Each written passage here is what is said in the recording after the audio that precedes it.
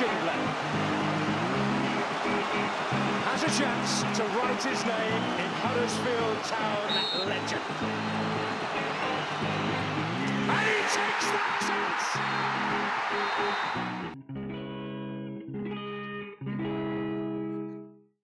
Welcome to episode 2 of the Andy Takes That Chance podcast. Like Mark Robbins 4 long years ago, our sound technician has lasted just 1 episode before being found head in hands within the confines of the laundry room. A safe pair of hands has arrived and we found our very own audio Chris Powell. With me tonight we have Neil and Kosi, and a new signing with the paperwork in on deadline day. It's Danny G of HTFC-World fame, or infamy if you're a Sheffield Wednesday fan. Good evening, gentlemen. Hi, Matt. Good evening. So, episode 2. In episode 1, we were quite bullish about our chances versus Chelsea. It ended up Huddersfield Town 0, Chelsea 3, despite myself and 1 or 2 others thinking it was a good time to play Chelsea. It turned out not to be. However, just before we get into the meat and the crux of matters, one little thing I did on Saturday, just following on from the end of the previous episode, was I took my little boy through to Huddersfield for his very first game. My first game was against Mansfield a long time ago. His first game, luckily for him, was against Chelsea on Saturday. And one thing which was really great for me is I've always wanted to be able to take my own little boy to a football game, and that's one thing I've always wanted to be ever since I walked down the steps at the Cowshed. And it is really a great moment. And what made it really, really great was the Huddersfield Town fans around me, because if somebody plonked a baby near me who was 4 or 5 months old, I'd probably be a little bit nervous, and you would probably think, oh, if he cries, what do I do? It's going to be awkward. But everyone in the upper tier was absolutely amazing. On the way to the ground, he had a few fist bumps from people, all sort of saying hello to him. And there's even an old man at a really nice old guy at the bus stop, sort of reminding him, it's only 15 minutes to kick off, lad. You've got to hurry up, otherwise you'll be late. And it's little, when you go through little things like this, it's really great to be part of a football family, and Huddersfield is a really great football family, and that got reaffirmed to me at the weekend again. And obviously at the weekend it was 3-0 to Chelsea. So we'll move on to the next point. We, in the first episode, pretty much predicted what the lineup would be, the system. One thing me and Kosi didn't predict, and Neil, you did, was that Ben Hamer started over Jonas Losel. Happy with his performance? Overall, yes. I think he's had a lot of unfair criticism across various social media platforms, notably Twitter.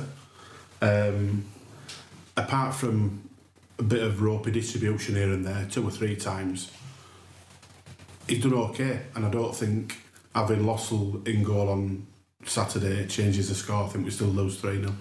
No, I think he did okay for me. I think you're obviously going to be nervous on your home debut, and when you misplace a pass after a couple of minutes like you did for Terence Congolo, which almost put Pedro in, it's going to set the nerves jangling a little bit. And Kosi, I think you found a couple of things as well, haven't you? Yeah, it's really interesting quotes from David Wagner, which didn't quite get picked up on, but Richard Sutcliffe did in the Yorkshire Post. He put, it wasn't a big decision to play Ben Hamer.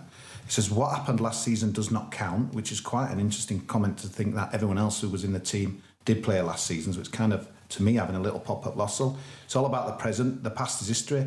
Hamer played a very good pre-season. Jonas didn't come back in the best shape. He knows that. He also wasn't in the best form, which is a really interesting comment, because he's not played any pre-season games. So what is he meaning, in training or something else? This was not a surprise to me, but he's on the right way. So yeah, okay, maybe not a surprise Hamer was in, but for them reasons, they were really interesting comments from David Wagner. And I've not kind of seen him really kind of spell it out for a key player like that since he's joined. He doesn't usually criticise in public, does he, or make any sort of negative. He's always very, very positive. And to be honest, I hadn't seen those quotes until you brought them, so it is a little bit surprising. So in terms of the starting lineup, we all thought it'd be a back 3/5. Is that the right way to go, Danny? What do you say? I would have gone with that, to be honest. I know there's calls for more attacking play, but I'd gone 2-0 defeat beforehand, and I think the scoreline at 3-0 is perhaps a bit flattering, whereas last season we lost 3-1, and that was, to be honest, that was flattering toward us. That could have been 5-6 against Chelsea last season. I thought we offered a much more attacking threat this time around. Second half, not so much, but I think that penalty right on half-time killed it for us. I don't know about the substitution at half-time, whether that was an injury or not, but that certainly didn't work for us bringing De Poitre on. So we'll wind that back a little bit. The week leading up to the first game, there was the much-loved Look Index was published. Would you say, Neil, that Town got the rub of the green with the David Luiz incident where he's gone through the back of Pritchard and the ball's hit Luiz on top of the arm? Oh. I'm not sure if I was a referee I'd have given a penalty, but the incident itself, to give a free kick against Pritchard was ridiculous, to be honest. It was a cracker's decision. If you're looking at it if that's going to go either way, that's a penalty. But a penalty probably a bit soft. And what you certainly not a free kick to Chelsea. And what you were saying, Danny, beforehand, if that happens in the middle of the pitch, that's a free kick to us. It is. That's an easy decision, but then again, I think it is a really soft penalty, because when you look at the size difference between those two players, I don't know how they can compete fairly for a ball in the air. But he has put his knee in his back and gone through him somewhat. But I wouldn't have given a penalty. That's the interesting thing for me, because he comes over the top. You know, David Luiz is more than entitled to go for that header. He goes over the top. The ball hits him on the arm. Pritchard is waiting for the ball to come down to trap. If that ball doesn't hit David Luiz's arm, Pritchard has it and it's trapped it. So there is a shout for handball. I grew up watching football in the 90s, so for me it's not a penalty. But I can see after people watching the World Cup and some of the soft penalty decisions that there is a shout for a penalty there. Neil, have you got more to add? Yeah, I think just a bit more on Pritchard. I think he had a decent first half. Linked the play quite well. Town were on top for little spells. Certainly not out of the game. I think the goals have come against a run of play. And I found it an odd decision at half-time if Pritchard hadn't got a knock to sub him, to be honest. Because I've never seen the De Poitre-Mounier partnership as a two work. No, this is something that we talked about earlier as well, and they're both very, very similar strikers. They both want to play with the back to goal. They both want to attack the first ball. Neither wants to go for the second ball, and I can understand the idea. You put two big men on and you try and put balls into the box. 23 crosses at the weekend, only a couple successful. Is that more of a problem with the quality coming into the box, or again, is that a problem with the amount of men in the box, would you say, Kosi? I thought, frustrating again. I mean, there was a situation late on Saturday. Adjunai must have with a weird set of play, really. It kept coming back for a throw-in and back to Adjunai. Must have had 3 or 4 attempts to get a decent ball in, and it didn't happen. And that was a lot of failings from last year, to be honest with you. And let's be honest, guys, I think unless that kind of our game improves, then we're going to be in big trouble, because De Poitre and Mounier, they're going to thrive on service. But again, the final ball didn't get it in much, but when we did it, not good enough. I'd hope, like I say, but we might be in trouble, but I'd hope that'd change when we're playing against the sort of lesser sides in the top 6. And we've brought Sobby in, we've brought Diakabi in, we've brought Mbenza in. You'd hope, as 3 out-and-out wingers, that we are going to be a lot more of a threat, and hopefully give the 2 lads up front, who will preferably play one at a time, a bit more. Yeah. I think one interesting thing is that we've noticed over the last couple of years, we don't necessarily play with the out-and-out wingers. What we tend to do is we play with more inside, sort of inverted or inside forwards, if you like, who play in the little half spaces between the wide and the central areas. And what they do is they almost act as a pivot for the fullback to get forward, and it's the fullback who's putting the ball in. And I don't think it matters whether we're playing a back 3 or a back 4. It's always going to be the same 2 who are going to put the ball into the box. But there's perhaps a fullback that we've not seen yet, Neil, that you want to discuss. Eric Durm, I think from seeing him, he's a World Cup winner. Let's be fair, lad can play.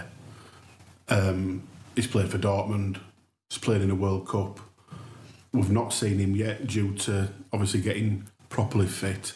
Looking at the clips that Town put on the HTTV site of Eric Durm's career, he's going to be a threat. And I think once he does get himself match fit, I don't think there's any doubt that he'll walk straight into the side, be it right side or left side. I was going to say, would you play him on the right or the left? Because he looks like he's 2-footed to me. Either or. I don't think he'd be weak or an either or. I think, and it would only strengthen Town. Okay. So we're all pretty emphatic, aren't we, that we probably shouldn't have had a penalty. It was a good shout, but probably not a penalty. Danny, you said, coming up to half time, we'd actually played really well. I thought we played really well. It was a good first half. Alan Shearer, match of the day, apparently not. Apparently we were okay for 15 minutes and Chelsea dominated the rest. But match of the day, narratives aside, it felt a lot different to last season, whereby we'd looked like we got a lot of stick, didn't we, on BT Sport when we played Chelsea, and it never looked like we were going to get anywhere near them. Whereas it was a little bit different on Saturday. Yeah, I think on Saturday we didn't have a load of chances, but likewise we restricted them. As I say, last season you just felt they were going to score every time they went forward at one point, because Hazard was controlling it last season and only appeared for the last 20 here, but they still had quality on the pitch. Pedro and Kante, players like that who've won World Cups. So I would be happy with the way we played, and I wouldn't be discouraged by that people saying that we lined up defensively, because I think we coped quite well until that second goal went in, and up until half time. What I would say as well is that we've got a question time later, but while we're talking about it, we might as well answer the question now. And that's last season, David Wagner was very much a 4-2-3-1 guy. He'd learned over the course of the season to be tactically flexible. There were certain issues with the 4-2-3-1 which we really struggled at, and one of the main issues was getting caught on the break. That was a real problem. We were overloaded just behind Johnny Hogg, and to be honest, it was the only thing Alan Shearer probably got right on Match of the Day, was that he did point out the space in between Jonathan Hogg and the back three, and that's probably been a problem for a while. And also what we've usually found is we're gradually drawn back. Way at Anfield last season was one where we pretty much played the entire game in our own half. But there's a quick switch to a back three.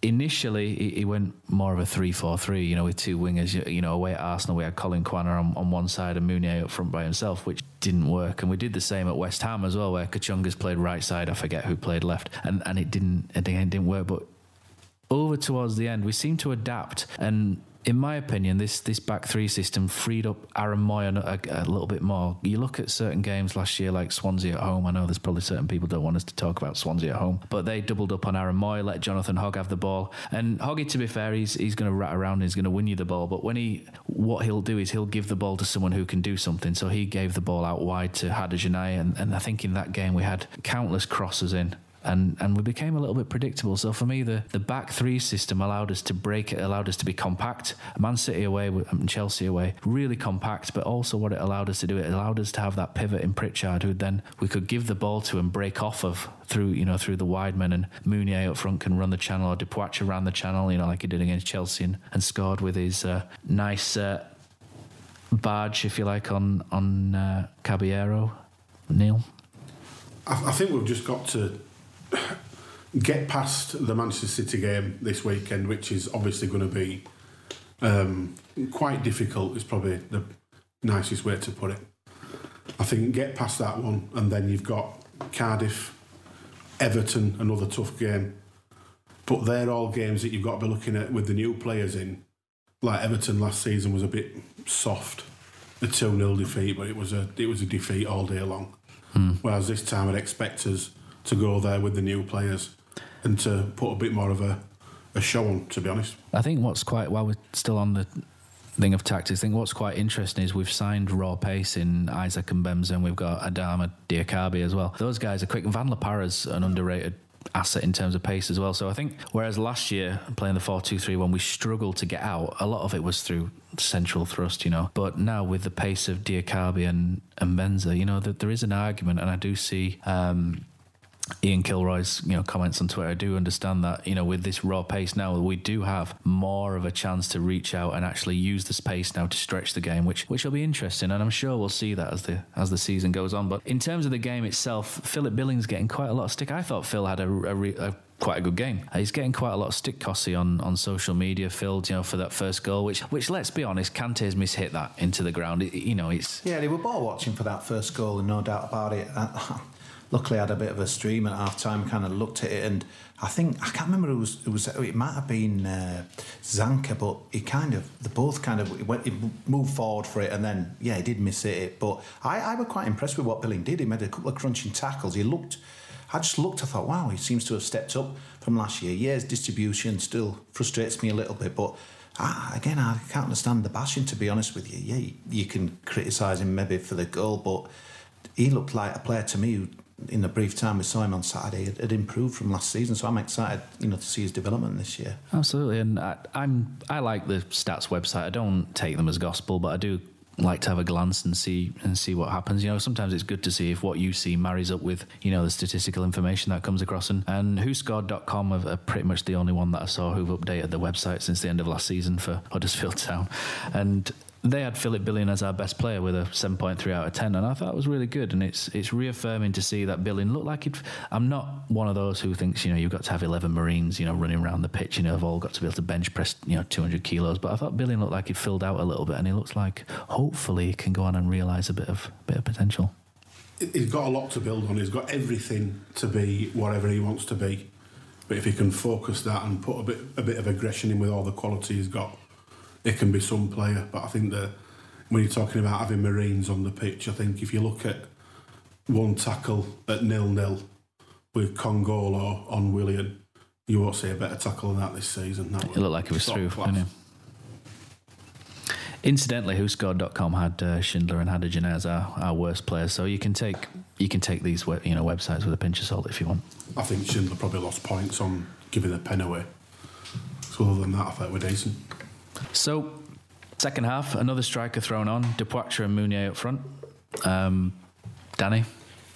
It's not one I understand, to be honest, because I think if you put somebody like that on, you're only asking the same question of the defenders that are out there to deal with a big physical presence. So if it's not worked with Mounier in the first half, then doubling up, it was never going to work, and I don't think it ever has worked for us. I don't think the team have ever scored with those two on the field together. I could be wrong, but I'm just going by memory there. No, there's a game I remember last year when we were against 10-men Bournemouth as well, and he brought Depoitre and Mounier in up front, I believe, and we just look so disjointed every time they play together. I understand that you might want two big strikers and you want to put balls into the box, but for me, they both want to do the same thing. They both want to go attack the first ball. And there was a game last year where we played Brighton at home and they pushed Tom Ince a little bit more as almost an orthodox striker to play alongside Mounier. And he got really close to Mounier and they both dovetailed really, really well. And Depoitre and Mounier aren't going to do that because they both instinctively attack the same ball. And with that in mind, Neil, do you reckon that maybe we could have brought another striker in the transfer window, or do you think we've already got answers in the squad? I think we've already got the bodies there now. He's only, generally speaking, going to play one striker.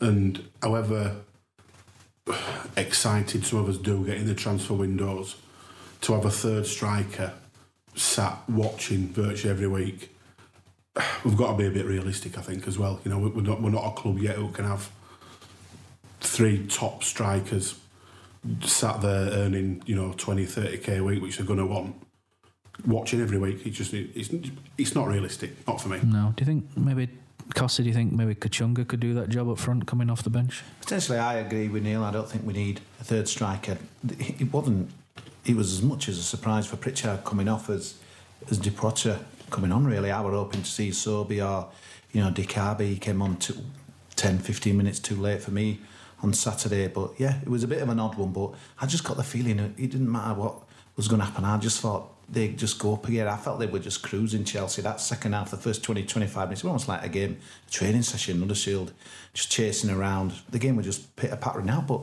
you did look at the score, I think 2-0, you never know, do you? If you can bundle one in somehow and grandstand finish, the ground would have erupted, but it never happened, and obviously we were chasing and then got caught out at the end.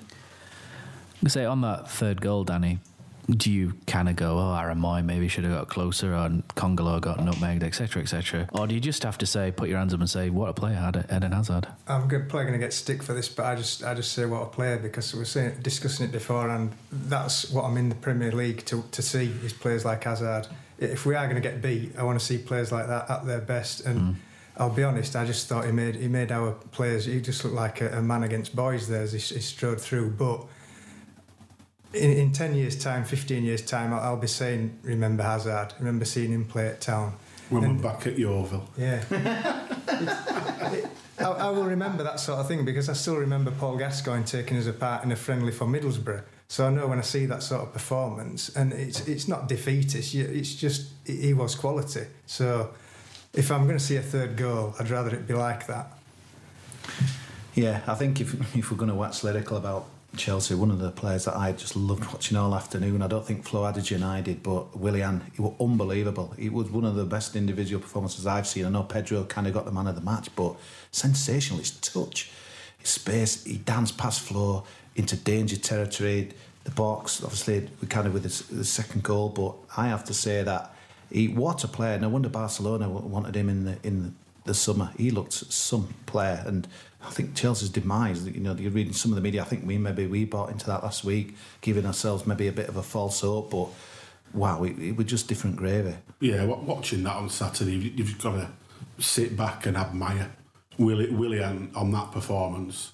Yeah, people say it's only against Huddersfield, but on that performance, Barcelona, Man U, rightly chasing him because he was absolutely top class. And then they thought they'd give us a break for him for 15-20 minutes, and on they bring probably the best player from World Cup in summer. So yeah, fantastic. Do you know, I agree with Danny. It's when you get promoted to the Premier League, it's very easy to say, oh my God, we're coming up against so-and-so, we're going to get beat today, this is a problem, we're going to have to do something on so-and-so. But it is genuinely really good to see players like Eden Hazard. Next week we've got Aguero, De Bruyne, and even Raheem Sterling. You know, we've got a lot to look forward to, but at the same point, we probably don't want to go along the happy to be here mentality as well. And something that you've picked up on this week, Kosi, you had a head-to-head, a nice conversation actually with Nick Miller. Was he from The Guardian? I did The Guardian. It was interesting, really. It was kind of as though we were getting agitated, but his kind of point was that, look, you know, Huddersfield, they played the underdog tag in the promotion season. We played it last season, but it kind of wear it thin. And he was implying that the players are kind of maybe now believing it, that they can't go out and, you know, kind of beat some of the top opposition, and really saying that, you know, we should change our tune because it's very negative. Shall I read out exactly what he'd put in The Guardian? So Nick Miller said, since he arrived at Huddersfield, David Wagner has pushed the idea of his team as little dogs, the unfancied upstart snapping at the big boys' heels. That was fine while gunning for their unlikely promotion and even more unlikely survival in the Premier League, but one wonders how much longer he can get away with it without creating a defeatist attitude. Wagner almost brushed off the 3-0 defeat against Chelsea on Saturday. There is no reason to have your head down or to overthink the result, he told his players. But is it healthy to perpetuate the idea that they essentially have no chance against teams such as Chelsea, particularly a Chelsea team that is in flux, getting used to a new manager and style? Sooner or later, Huddersfield will have to start acting like they belong in the Premier League rather than plucky interlopers just grateful to be there. Yeah, I tackled him on it. He said when someone mentioned on Saturday that they've got Chelsea, he said then Arsenal, but obviously means Man City first up. Then 2 of their last 3 fixtures are Liverpool and Man United. He said, and I must admit, I didn't hear Wagner say it, whether he said it in the presser or what have you. He said, we'll win the ones in the middle. He said, it seems a little defeatist for a team that bet United last season and fitted with this little old us stick. I get it, and it's worked so far, but the point is it might not always work. And I'm kind of saying, I think he's kind of read it a bit wrong. He says, because I said, look, Fulham and Wolves have come and spent a lot of money, you know, and to me, we're still underdogs. He says, yeah, I'm sure it's part of it. And obviously, the only thing that really matters is what's said in the dressing room. But publicly, at least, I wonder if the message is getting a bit old. Yeah, do you know, this is something that me and a mate of mine that I go with, we talk about quite a lot. And I remember the Neil Warnock promotion period of 94-95, and everything was about creating a backs to the wall mentality, you know, something that the players cling on to, you know, us against them, that sort of attitude, and, you know, to keep the whole team motivated. And I think there are elements where David Wagner is using that to, you know, take this Huddersfield Town team to another level, because he's pretty much saying it. And you go back to when he was, you know, at St George's Hall, and it's like saying it doesn't matter how experienced you are, it doesn't matter how. Come on, Neil, you can finish the quote for me. But essentially, I know the one you mean. Yeah, so it doesn't matter how experienced you are, it doesn't matter how big you are. Yeah, the sack of the dog, all that kind of. Yeah, exactly. And I thought that was great, and he seems to have gone away a little bit from that. And obviously he's not gone full Chris Powell yet. You know, no one wants to go full Chris Powell. Never go full Chris Powell. But there are little occasions where some Town fans I've noticed do get a little bit irked, where they kind of say, well, at some point we do want to have a go. We do, but at the same point there's got to be a level of realism thrown in as well. Yep. When you look around at You know, we played Chelsea on Saturday. Their goalkeeper cost 70 odd million. That's more than we've spent in this window. We played Manchester City this week, who've probably cost best part of $500 million. You know, we've spent modest fees compared to those, and we're building from a base. Let's not forget that 2 years ago, this is a team that was tipped to go down from the Championship to League One. So to be where we are 2 years later, yeah, I get it. It's got to progress, and you've got to start looking forward and thinking, right, we are going to kick a few shins and get involved, and we are going to, you know, stay and fight and be here. But that takes time, you know. So from where we've come from to where we are now, go back to Bristol City a couple of years ago. We got absolutely panned on a night game. Friday night we lost 4-0. That's with the Johnny Hogg injury. We never looked remotely like a promotion side in that game, and we got a few beatings that season. But Wagner's got this magic wand that he turns that from, you know, water into wine, if you like. Got us promoted. Brilliant job last season. And this season again, it's about stabilising. Brighton are going to be doing the same. Their fans are doing exactly the same as our fans of the weekend on Twitter. And they've lost against Watford, who are one of the favourites to go down, not Chelsea. What I'd say about that is that I think maybe what he says publicly is maybe what he says privately to the players, because I don't see a 17.5 million Dutch international coming in to play the underdog in there, or play the little, you know, to play for this little club who's got no chance of progressing. I don't see that. I think he's quite clever. I think he's trying to set an expectation level, not just amongst Huddersfield fans, but amongst the press that World Cup winners don't sign for those kind of clubs. Exactly. So I just think he's trying to set an expectation level for everybody that we may not achieve, you know. So for example, when I remember, I'm going to jump a little bit, but I remember Lee Clark at one point, and you know, a couple of shudders from you guys there. But one thing that Lee Clark said to me, and I thought was actually a really good point, and there are not many of these, admittedly, but one thing that Lee Clark said, got a lot of points, a lot of draws. He did, yeah. So one thing that he said was about Huddersfield fans, and I think it goes across football fans in general, is that he said you need to stop getting so high when you win, and you need to stop getting so low when we lose. And I think and that stuck with me a little bit, and I thought that was a really good point. And maybe Wagner's setting that expectation level, but he's also setting the expectation level that if we don't beat Chelsea, if we do lose 3-0, don't get so low. There are games that we can win. And I don't think he's doing the same behind closed doors than what he does publicly. I think going back to another bad game last season, you were sat just along the road from me at Swansea away. And, I mean, we'd missed a couple of chances in that before just capitulating. But coming out of that one, we'd played this 4-2-3-1. But I remember people around me saying, we need to go 4-4-2. So you can have a bad game against one of the poorer clubs and people will still say more attacking, which is easily said in theory. But if the opposition is stopping you from attacking, there's not a right lot you can do about that. I felt that was the same with, as I say, Chelsea last season. I don't think we set up to be so as defensive as we were, but we were just pegged in by them.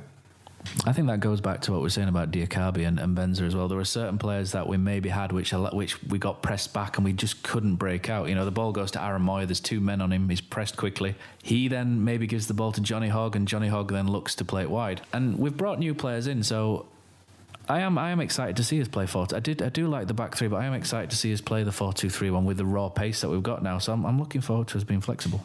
See, if you look at the team that played on Saturday, there's actually only Hamer that's new in all that team. Yeah, Congolo's a new signing, but we had him half of last season. So we've still got all the new lads to come in and add to. And generally speaking, he's added at the top end of the pitch. So I think we'll see a similar kind of setup, similar kind of team on Sunday. And then I think the Cardiff game is where people can start really judging these players that he's bought and the approach that we're going to take. Because if we're being brutal, you've got to beat Cardiff. Won't be easy because we know Warnock and we know what they're going to be coming thinking. This is one of the away games where they can get something. So, but for us, I hate the phrase "must win," but I think it's one of those that must win. People will, a few will start to turn if we did lose Sunday, then we lost to Cardiff. Whereas I think if we beat Cardiff, You know, get Mbenza on, get Diakabi starting, have a right go at them, show them some raw pace. Because let's be honest, Cardiff, they've got Lee Peltier at right back. I mean, come on.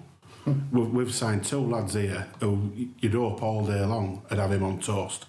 So I think Cardiff is sort of the real start to our season, but I don't think there's any way on earth that we should write the Man City game off as easy as a lot of people are doing, because you just never know. It's football, isn't it?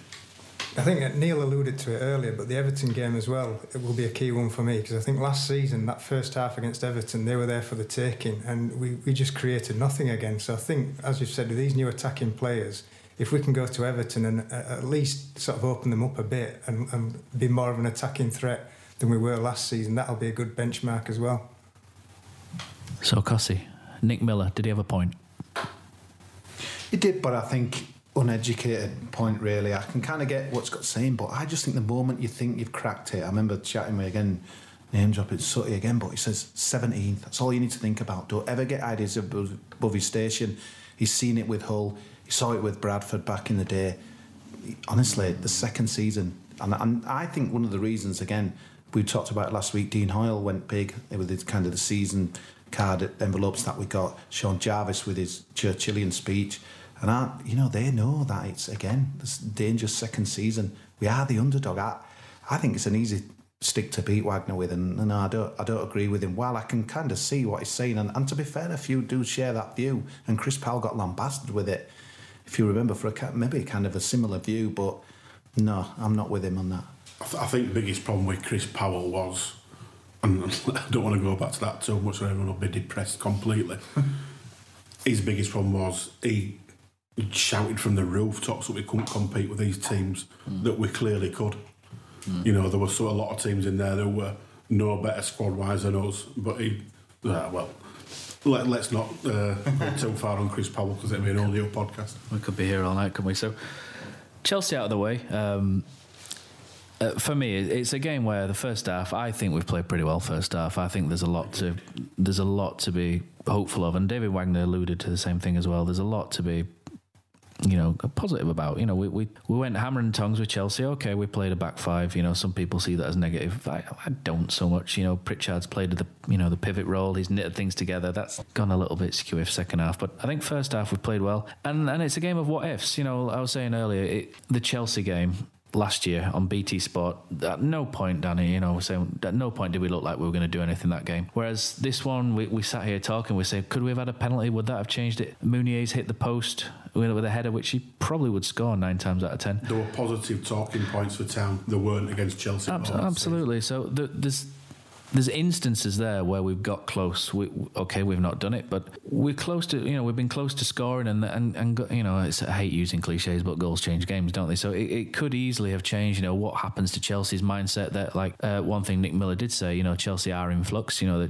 changing around. If we score, what happens to them mentally? It's easy to start playing once you're a couple of goals up, isn't it? But look at the opposition, Matt. I had the misfortune of watching Southampton Burnley on a stream on Sunday, and it were rubbish. And it made me think, great, you sometimes forget, there's still a lot of, teams that are similar to us down there. And I think, all this, Fulham wanted to blast off on Saturday, they got, turned over. Let's not kid ourselves. When the fixtures came out in June, we probably knew we were going to be starting the season on August the 25th. Again, like Neil says, I don't want to write Sunday off, but let's be honest, most of us thought probably 0 points.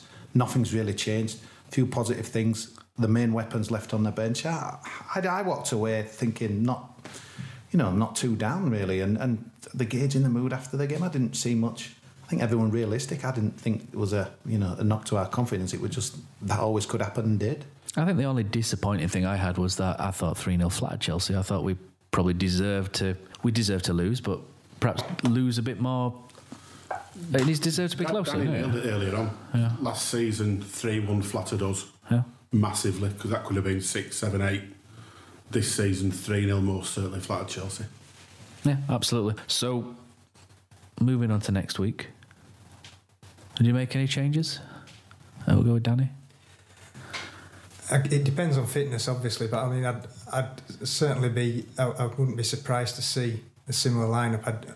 The goalkeeper situation, I don't know. As Kosi mentioned earlier, if David Wagner has a problem with Losel's fitness, then it'll be Hamer again. But I don't worry about that. As Neil said as well, I don't think that'd have made a difference to the scoreline. So I would expect a similar lineup, similar tactics, and that wouldn't bother me. I'd be happy with that. Who are you looking forward to seeing next week? Aguero. What about you, Kosi? Are you going next week? No, I'm watching it in a bar in Scarborough with, I can't mention his name again, Richard Sutcliffe. It'll be interesting. He's on your best mate, isn't he? Yeah, we're both there at the cricket, so it'll be interesting to get his take on it, obviously from a, I haven't got my emotional head on and he's from a kind of journalistic head on, but I have to say, I know we were spot off the record here, but and we should be looking forward to it, but I'm not looking forward to Sunday. I'm sorry. Any predictions? Go on, Danny. I was going to say I'm going to watch Fleetwood versus Rochdale before that on the Saturday, so I'll at least have a reality check there. Is Kyle Dempsey still there? I think he is, isn't he? I think he is, yeah. You can give us a match report for next week. Okay. I'm going with no expectations. I'm going to go. I'm going to enjoy it. I'll try and enjoy it. It's one of those where if we get something amazing, if we don't, Cardiff. I don't think it'll make any difference, Matt, to the Cardiff game. And I've heard some people saying, we don't want the confidence, we don't want to get a real big back. And I kind of get it. There's goal difference didn't really matter last season, but I honestly don't think, and God, this has been so negative, but if we lost 5 or 6-0, I think it'll have absolutely zero kind of point towards the Cardiff game.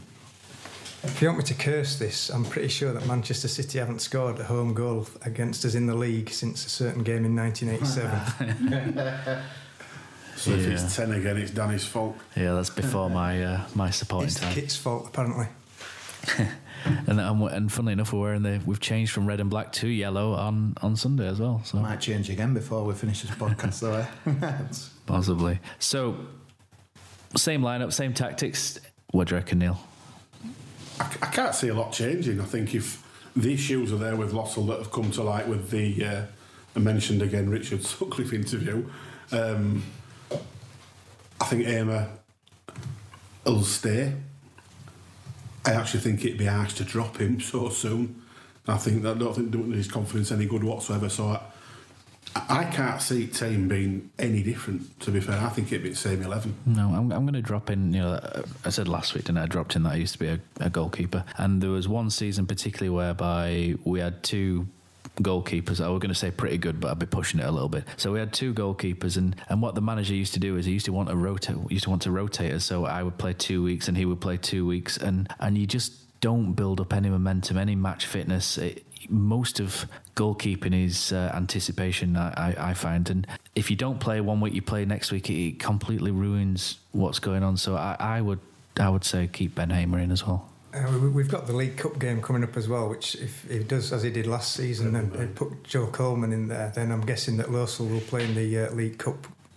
Well, that's one point, isn't it? It's like if Losel's not match fit and we don't have any, we've got an under-19s team now, not a reserve or a B team. It's like, how is he going to get match fit? And I think you've hit the nail on the head there, Danny, that he may play in the League Cup and we'll see how it goes. But moving on from Man City, because I'm sure we'll be able to talk about that in greater depth next week. There's something else went on Saturday as well, just before game. So Dean Hoyle had his Q&A. A couple of things have come out from Dean Hoyle's Q&A. We don't know the full details, so I'm just going from some of the transcript of what's happening. So none of us were actually at Canalside unless Kosi snuck in through the back door. Yeah, we're there watching the under-18s up on there. God, it's unbelievable when you go to Canalside. Things seem to get developed. They've moved the pitches around, aren't they, at the top? But yeah, there were a lot of anger from one or two what Dean said. So we'll go through some of the things. Some of these don't have context in them yet, because they're just sort of sound bites from the Q&A. One thing which is happening, by all accounts, Town are going to take full operational control of the stadium, which means KSTL will not be doing some of that. It was mentioned on there that Town will be paying some of the Giants' rent to facilitate that. I believe Town pay around about 90% anyway, which is not, from having a look around, is not actually that different to some other years. So I did have a look on the stadium website, and apparently 95-96 Town paid 88% of the rent. So they have a formula, don't they? And it's based on, I think, how many people come through. Yeah. So as someone who's not renewed his Giants season ticket this year, probably contributing to Dean having to pay more. So from the Examiner article that surfaced as well afterwards, I think the only sort of thing that kind of strikes me is that the naming rights are going to be used by the football club. And for me, the only thing I can think of is maybe there's a new stadium sponsorship on the way that they're thinking about. But advertising and food and drink is still managed by KSDL, and it seems a bit of a mixed setup there. So we don't know the full details yet on that one, Kosi. No, a bit of a weird, kind of thing to come out with, really. But you know what Dean's like in his Q&As, very, very candid. Very honest. Yeah, very honest. The thing that was more interesting, which you're probably going to come on to now, is the training ground and, what's going to be happening there. So do you want to mention that? Yeah, I'm quite excited to see that, because when Canalside first went up and they put everything up, I remember being in a room with, I'm going to name drop as well now, Kosi. I remember being in a room with Ross Wilson, and Ross Wilson came out with his paper, and one thing that Ross said was the FA have been into audit for EPPP, and they've rated Huddersfield Town as the best Category 2 facilities in the north of England, which includes other clubs. So, Man City, Man United are all, Cat 1, Liverpool, etc. But it went along the same brackets as Sheffield Wednesday, Sheffield United, Leeds, and a couple of others. Bradford are down in Category 3. But I thought it was really good that Town were held in quite high esteem. And one thing which surprised me a little bit just from hearing that was David Wagner's a little bit not critical, but he did say when he first came in at Canalside... I think critical's probably fair. Maybe so, but I think he kind of came in and kind of pointed out a few things that he would like, and I think he's had a big say into what's happening at Canalside. And I think it's going to be really interesting to see how it develops from one that was ranked as the best Category 2 club for training facilities to what they've got on the agenda.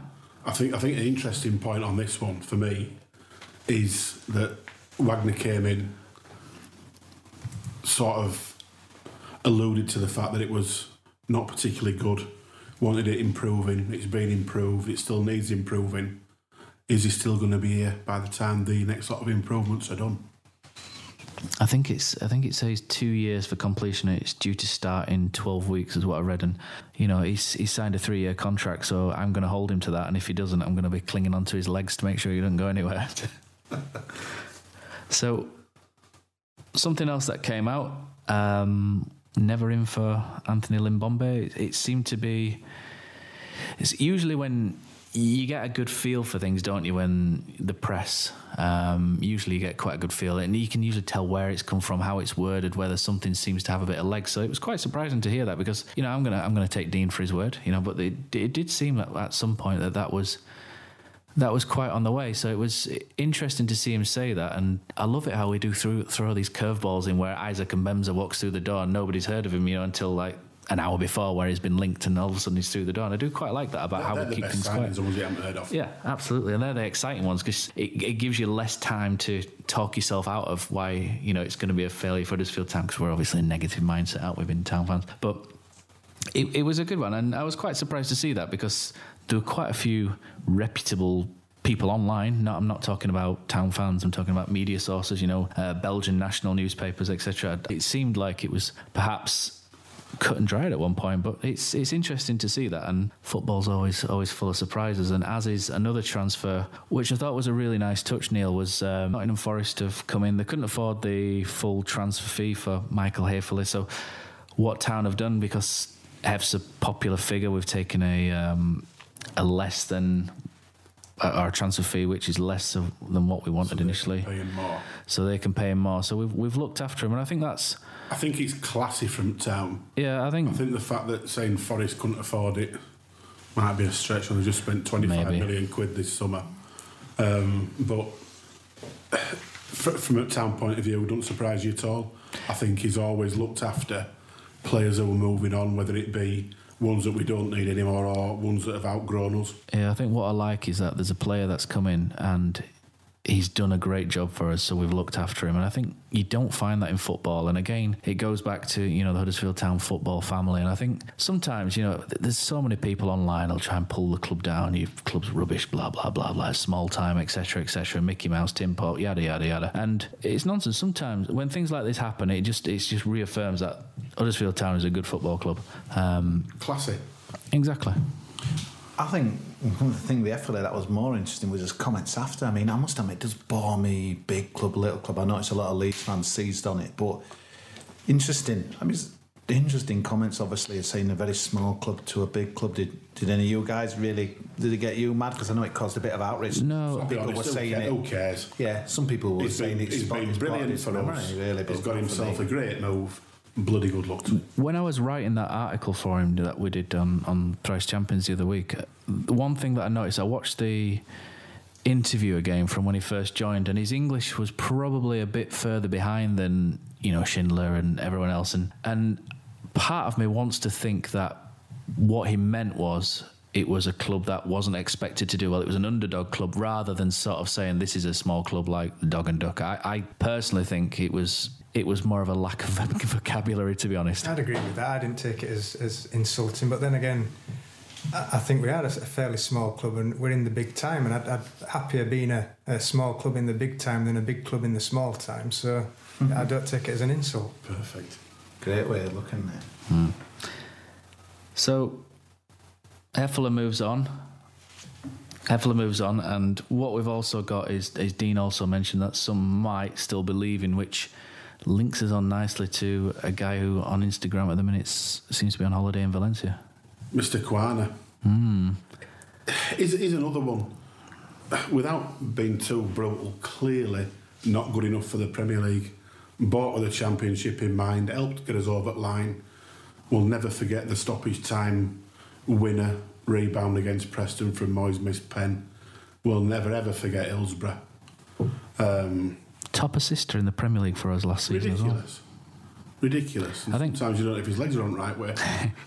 I think if there's ever a player who we got the most out of his natural ability, I think Colin Kwana's probably a man. Yeah, and I think that's credit to him as well. There's a lot to love about Colin Kwana. Clearly not the most gifted, but when you've got a certain amount of talent, but you've got that desire, it takes you a long way.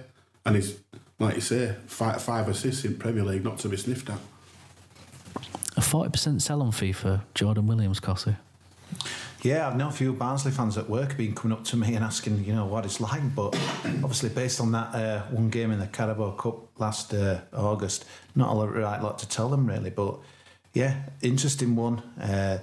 Fortunately, again, it is a young English player, you know, leaving Huddersfield Town. But at the end of the day, we are in the Premier League, and unfortunately, that, you know, as much as they talk about these pathways, you know, back in the day, that he's a million miles from, you know, getting in. But I don't think he excelled at Bury from all accounts. That was where it was, wasn't it, on loan? Lee Clark. Yeah. So, but yeah, I wish him well, and yeah, hope he gets Barnsley back in the Championship.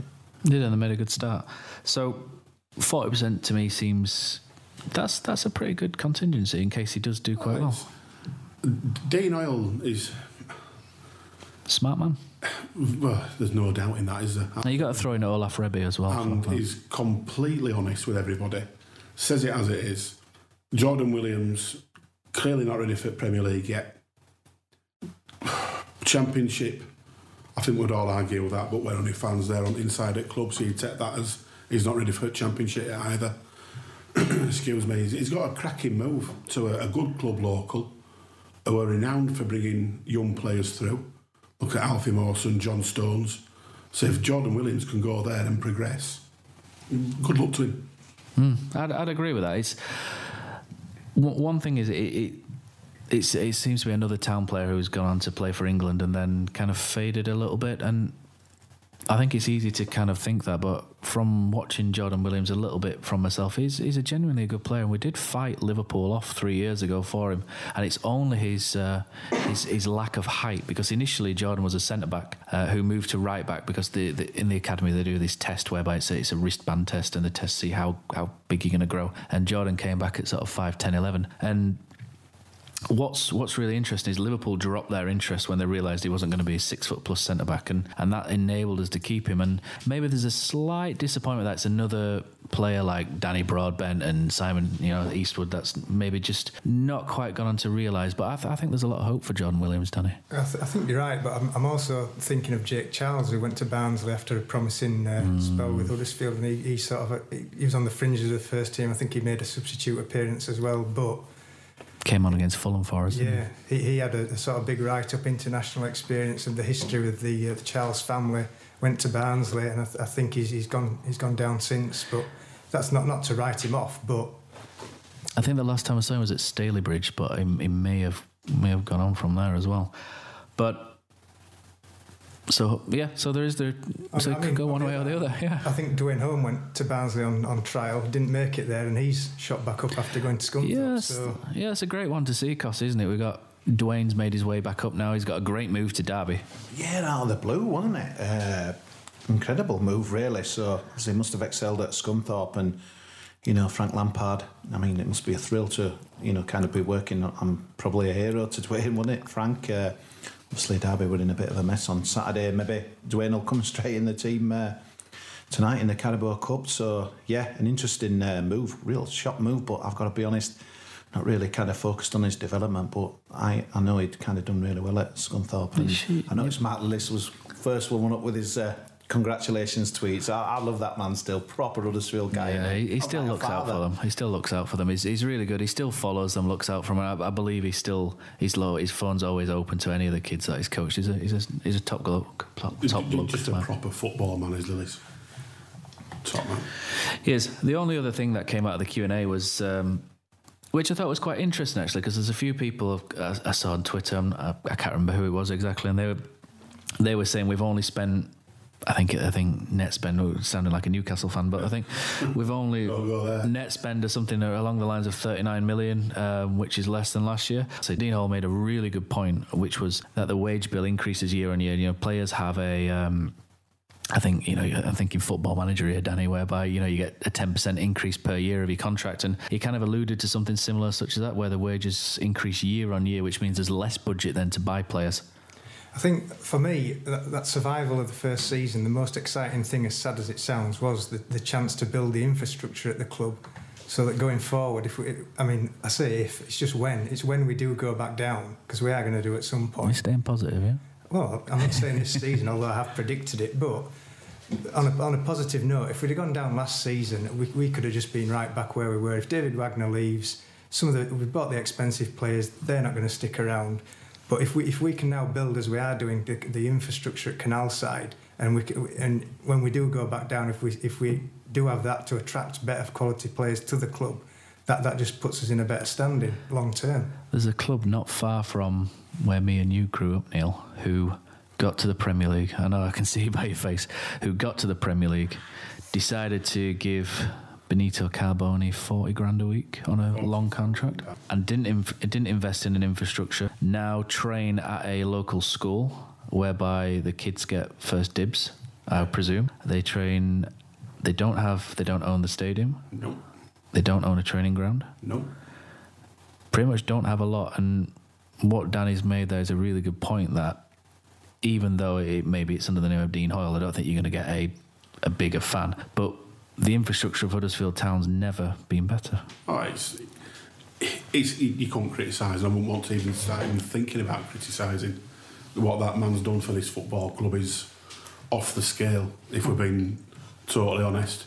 Yeah, he might have got things wrong. I think he'd be first to put his hand up and admit that he's got things wrong. I've seen some ridiculous criticism. You've just got to skim over things like that, because at the end of the day, without Dean Hoyle, Huddersfield Town is not where it is now. I've seen some things on there, such as what Dean Hoyle's done is only the equivalent of me putting 20 quid of my wage a week into something, and there's some quite amusing comments. If that's the case, I'd like to see what they did with that 20 quid. Well, I don't think I would. A bloody good 20 quid well spent, that. Exactly. And I think most of us, if we had that much money, we'd be on a desert island somewhere, won't we? Giving absolutely zero anything about anything. To be fair, and I remember that comment, the opening line to that was, I have no idea how much Dean Hoyle is worth, but...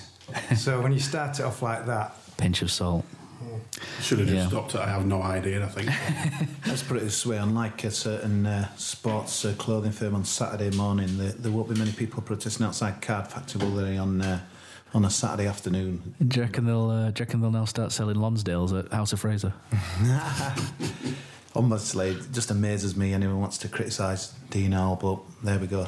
For me, it just completely goes over my head. You know, it's probably certain, and what really sort of gets me is where people always go, yeah, I know Dean Hoyle's made mistakes, and it's like, well, stop you there. What mistakes are these? You know, we're in the Premier League with Huddersfield Town. It's Keith Longbottom couldn't do it, David Taylor couldn't do it. I think Terry any mistakes Fisher that he has made, he'll know, and along the way, it will probably happen more when he first took over. I don't want to say. I'm not saying I can pick any mistakes that he's made. I would say, and this is one thing that when we mentioned the transfers and not hearing about Mabenza earlier, Ricky Lambert, that sort of thing was, it just doesn't happen. He did. There's no anything now, which is great. Do you know what?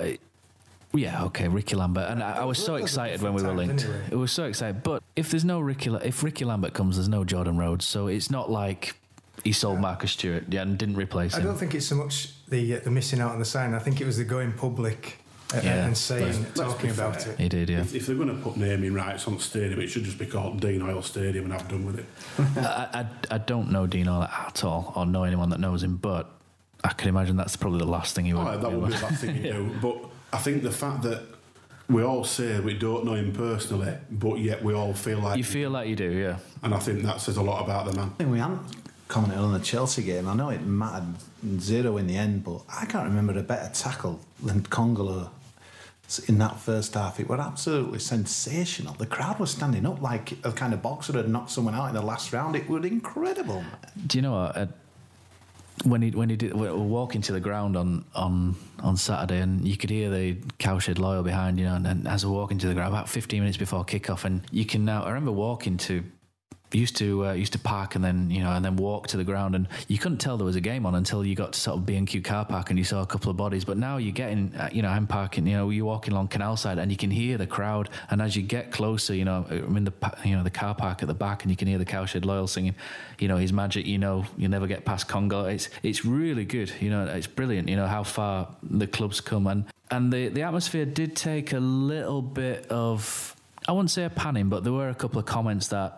The Cowshed Loyal need to up a bit, and Ollie alluded a little bit to it on the post-match interview he did as well, Kosi. He did, but he said exactly what I felt, kind of watching a lot of Spanish football, but the difference between the English kind of ultras, shall we say, and the foreign ultras is just simple. It's the 2-0 at half-time. It's knocked the stuffing out of us.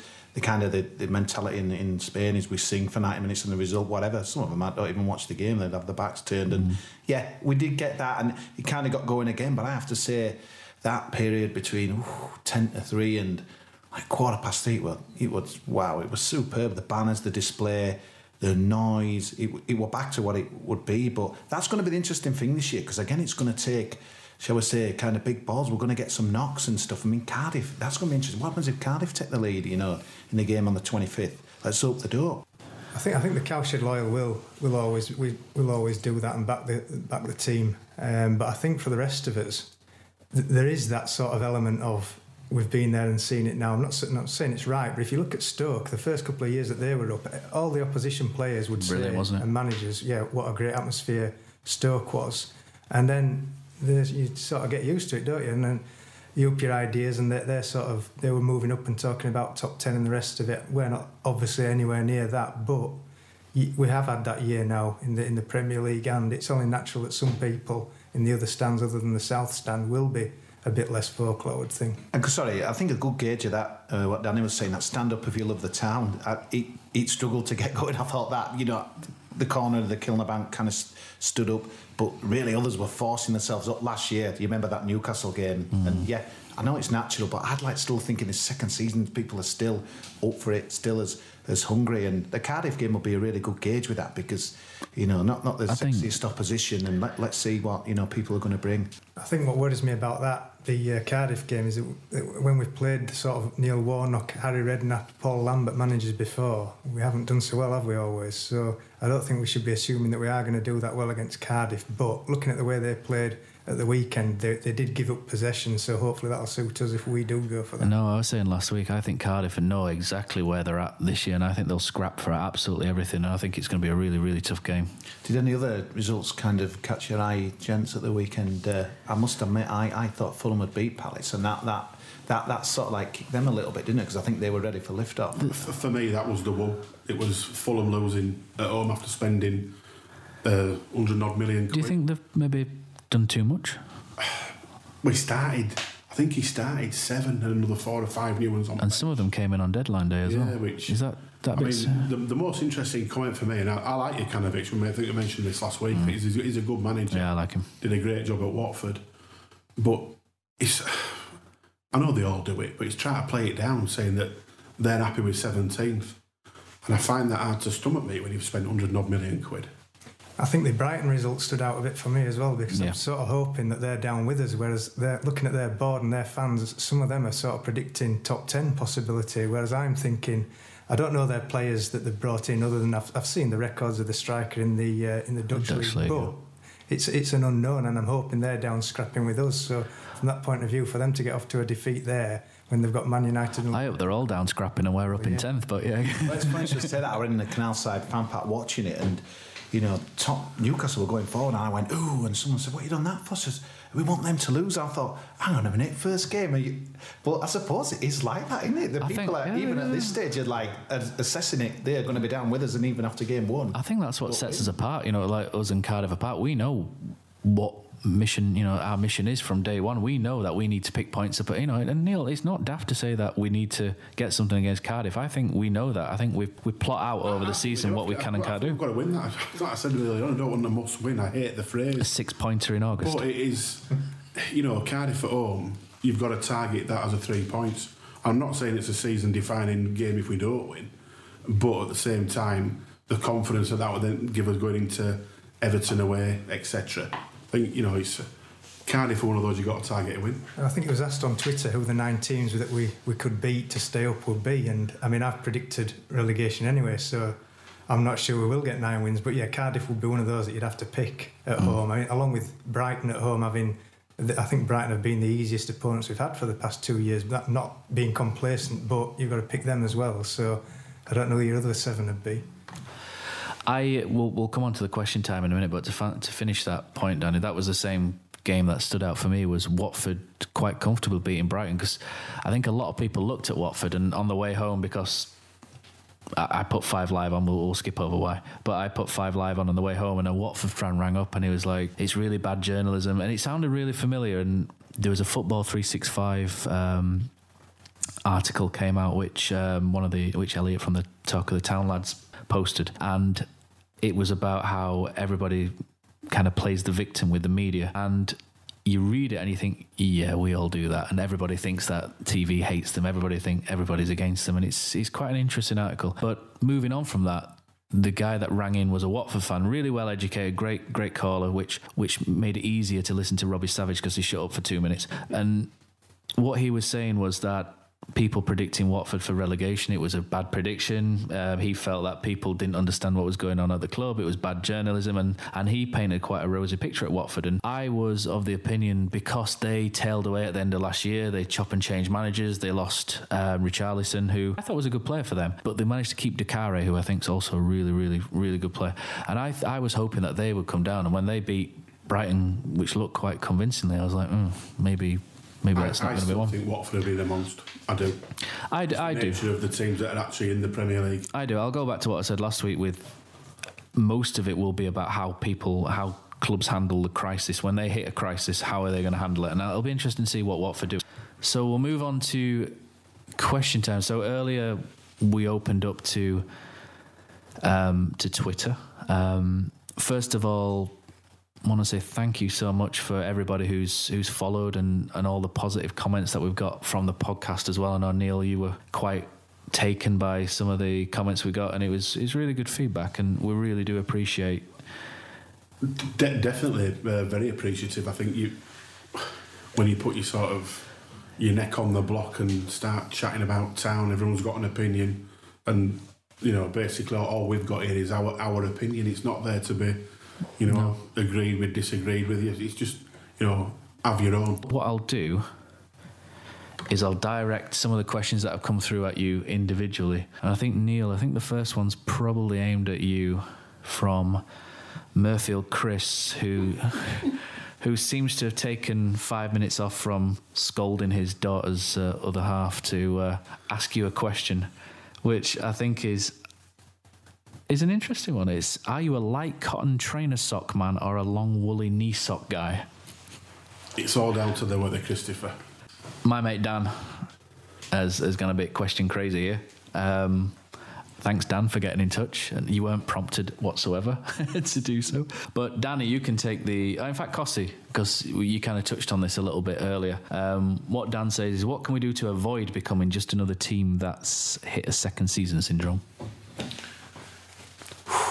It's very difficult. I think the hunger for me is big. I mean, we've touched on it here, and we did in the last podcast of, how much do people, still want it? And I'm kind of thinking the fan base, and like Neil was alluding to there, worrying signs. I think when we can't, says the man who's not going to Man City, but we can't seem to sell out for Manchester City. It doesn't look like it at this stage, and is the hunger still there? So to me, everyone's still got to be on that level that we were on last season, which is going to be, I think, easier said than done.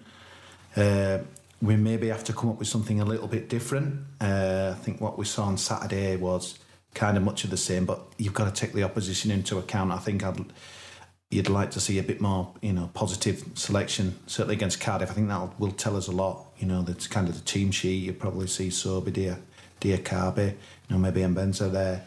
So it will be interesting, but I just think maybe a bit more positive, do something different that the opposition managers aren't expecting. And yeah, I don't think there's any medicine or tablets you can take for this second season syndrome. I just think we need a bit of luck that maybe we didn't get on Saturday when we mentioned some of those refereeing decisions. Unless some of you guys can think of anything else, I don't see anything I can really pinpoint. Maybe just keep doing what we did last season. I think you're right, and the noises have come from the board. Sean Jarvis, Dean Oil have said the sort of similar things. They've tried to not rejuvenate, but just remind people to get behind the side like they did last season and to not let the standard slip. I think what's unfortunate for us, just the way the market's been this year. I mean, it doesn't guarantee anything, as we proved last season, but Wolves, anyone who watched their game on Saturday night knows it'll be amazing if they're anywhere near the bottom three. Yeah, Fulham didn't start well, but they've thrown a lot of money at it. So normally you get three teams who you're kind of more advanced from, and I kind of look, and yeah, us and Cardiff, yeah, you'd like to think maybe we're a bit ahead of them, but the other two, I think, they've been Premier League clubs before, and they know what it's about, massive owners, and yeah, I think that makes our task a little harder, than a normal season, really. Okay. So Dan's next question I'm going to pose to you, Danny. It's probably quite a harsh one. I'm going to bundle two questions into one here. What Dan says, so that's Dan_DJFND. Should we give up our Terry identity for one more befitting of a Premier League team? Which again links to that article, Kosi, that we discussed earlier. And also, do we have to do things the same way as every other lower Premier League team, Chinese betting sponsorship, etc.? Or is there a way to stay true to our roots and yet still compete? I think with the Chinese betting company, that's just the way it is. I know that last season when we lost Pure from the arm, the sponsors, and this season people were saying, well, you need to stick with local sponsors. But the chap in charge of that seemed okay with it because of the money involved. He was never going to be able to afford to compete with the betting companies to go on the shirts middle last season. So he went onto the arm, and this season we've got the Chinese betting on the arm as well. But what do you do? It would not make sense to sort of say, look, we're not going to get foreign investment and we're just going to stick with whoever the local company is for the sake of just going local. But we do still involve the local companies, as Sean Jarvis has said. He's pushing that side of things, so they are still wanted by the club. But yeah, you've got to go with the foreign investment if it's going to bring in that much sponsorship. So it's down to money. Yeah. At the end of the day, it's not back in the days of having Central Murfield on his shirt, a local garage. We'll probably put in a few quid and sponsoring some kits and a tractor and a bag of balls. We're talking serious 7 figures on sponsorship nowadays. I just think you can't. It's not that easy to just sort of push away the foreign investment. Yeah, I think regarding the pure legal one, Phil Hodgkinson, brilliant that he put his name all over the shirts, but he's actually, he's built a great business there, but now also has a major stake in Southport FC. Yeah, good luck, Phil, as well, if you do listen to this. Yeah, if he does have a listen, all the best there, and we'll try and get over for a game. Absolutely. As much as people don't like that it's become a money game, it is what it is, and you have to play the game to compete, don't you, Kosi? Yeah, the badge, obviously, we touched on it before, I'm against, but it is, there's no doubt in my mind it's there to make money rather than go back to the thing that the club trotted out to go back to our tradition. I just couldn't buy that at all. That was the saddest thing for me, really, about the identities, was kind of losing that badge. But I kind of get that a terrier, dog, and kind of China and what have you, it's gonna generate more money for us. So you're not always going to agree with everything the club does. So I'm happy, to suck on it, really. But it is. Unfortunately, to be in the Premier League, you've got to compete and you need as much money as you can, and it's not for me, but it's the way it is. 100%. So Dan's next question, thanks again, Dan, for the million questions, is how should we approach top 6 games? And I suppose I better answer this one. I think we've covered this a little bit earlier. I quite like the way we do approach it. I think the main thing that we've just got to do is you got to stay compact. You can't concede early. You can't let them swarm and get on top of you.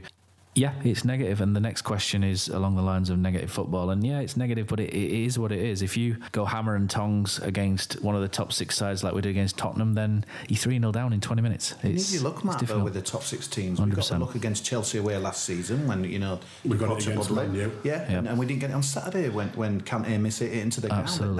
That's a massive part of it, and people underestimate that. If you look at the prime example is the team who absolutely battered everybody last season. Man City scored 100 goals, 100 points, all manner of records. Scored 2 against us in 2 games. They scored 2 against us, and one of those was a fluke, wasn't it, by Sterling? That just hit Sterling and looped in a similar fashion to how Kante's. Again, that luck index had us relegated, eh?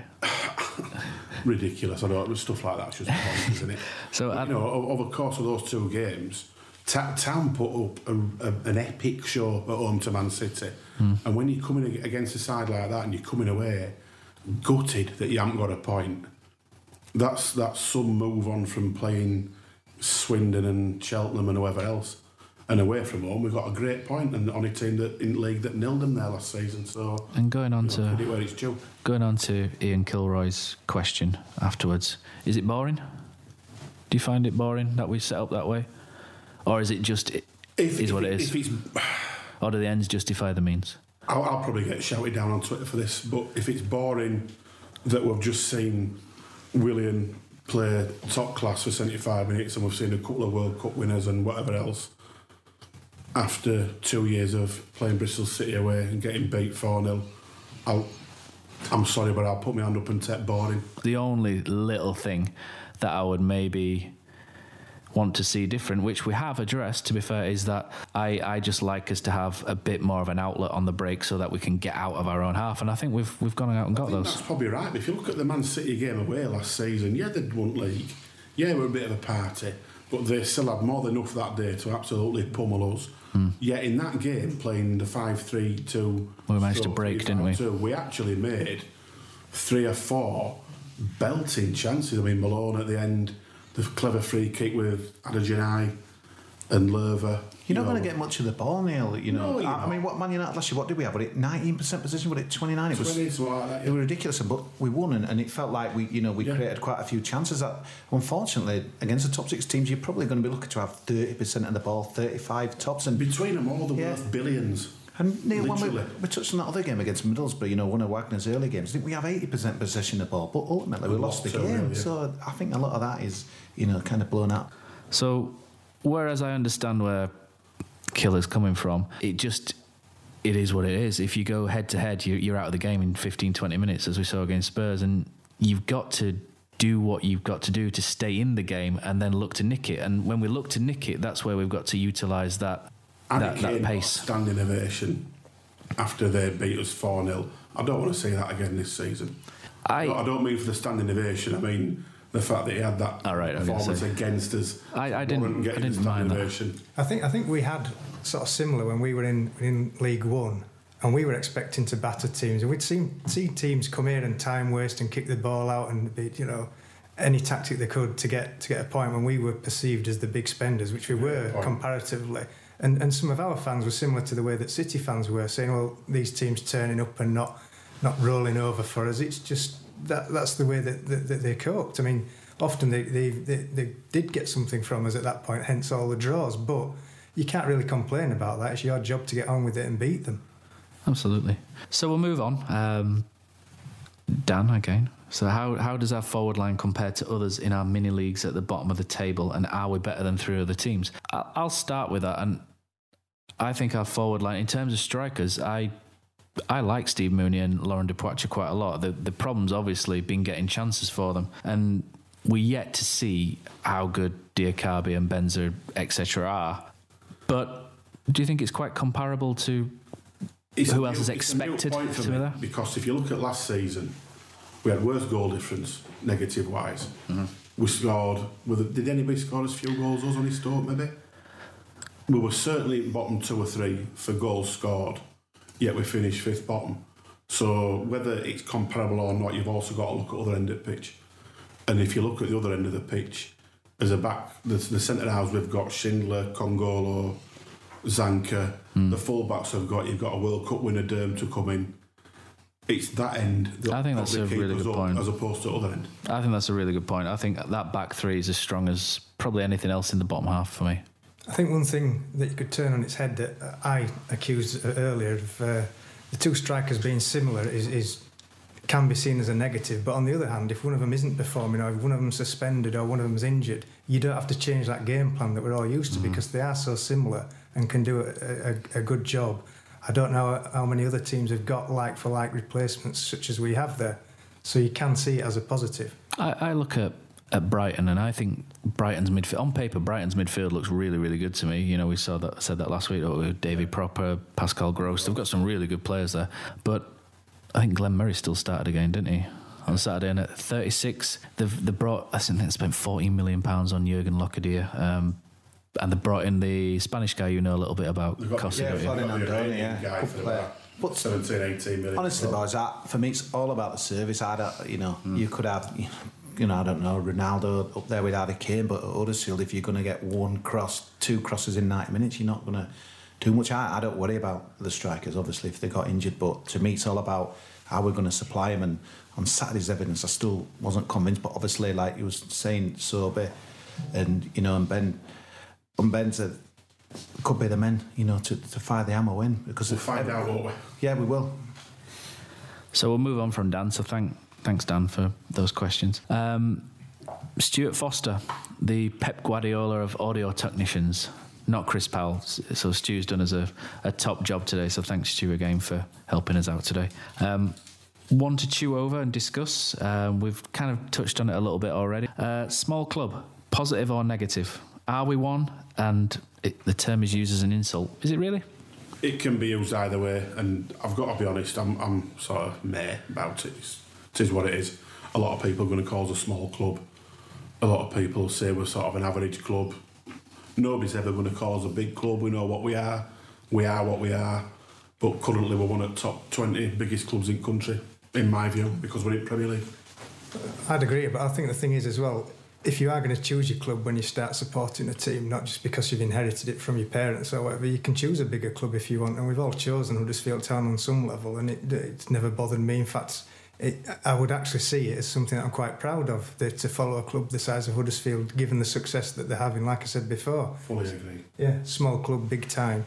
So I'm just not bothered. Yeah. I don't really care what anybody else thinks. End of the day, we're playing away at Champions on Sunday. If we'd have been around in 1920s, Neil, and if we're doing this podcast, you know what I mean? We're best team around, we're the biggest regardless of who gets what. Yeah, we're not bothered. It is what it is. People have got the view, and generally speaking, the people who've got the view are people of other clubs. It's Bournemouth, 10,000 capacity, what have you, they're bigger than... And nobody ever mentions them anymore. No. So we'll call that an evening for this one. So thanks everybody for listening, and we'll be back sometime soon. Is this the moment for Lee Fowler? It is. Take your place in Division 2, Huddersfield Town. He's missed. Robinson clears the flame of the goal and collapses in a heap of tears. Pate's got a chance. Pate scores! Jack Pate scores! Heffer's in there! Smith scores for Huddersfield Town! 3-2 Town! For a Sherry, Danny Ward saves! Danny Ward saves! De Quattro's in, round De Gea! 2-0 Huddersfield Town! Christopher Schindler has a chance to write his name in Huddersfield Town legend. And he takes that chance!